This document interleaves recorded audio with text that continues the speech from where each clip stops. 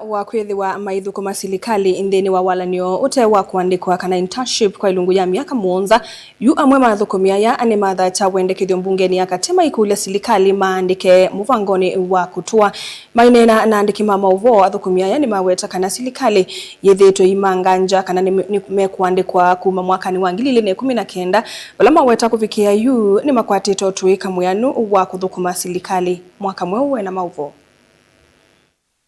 Amwe Maithukumi ma Selikali na alamate andike Walanio ni wa Kutua kwa isitwa yengi indance Nimathakya ukulyo na Wendekethyo Mbungeni nene imeenda Selikali kumandika Muvangoni wa Kutua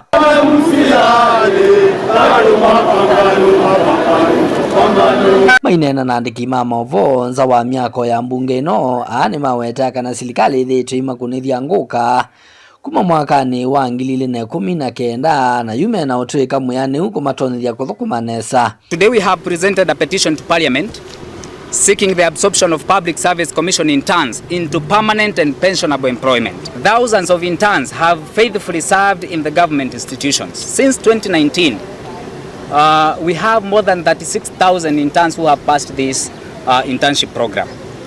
They have gained valuable experience and contributed to public service. Ayingine maweta kana bena vatanzama ya kumandika Athukumi ma Selikali kusovya muvango mwelu wa kumosa indance ila sina utwika Nthini wa Waandikani wa Kutua.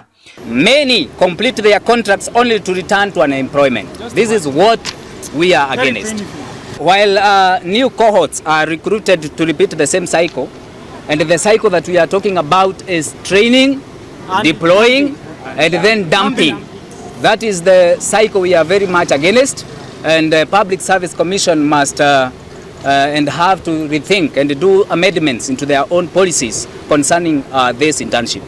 Kavindani kau ni matungi ya move ya President William Ruto nundu wa kuvye kama talatala wa internship wa mwaka wa 2022 vala menda kwikia kikalo nake kumandha usungio wa Kutua yulu wa Athukumi wo. We are very much grateful to the President William Ruto for ordering that bill be withdrawn from Parliament some days ago. So we are much happy, and by the way, we are very much seeking to see Mr. President. So Mr. President, we are asking and requesting, if it is possible, that all interns, public service interns, want to meet you.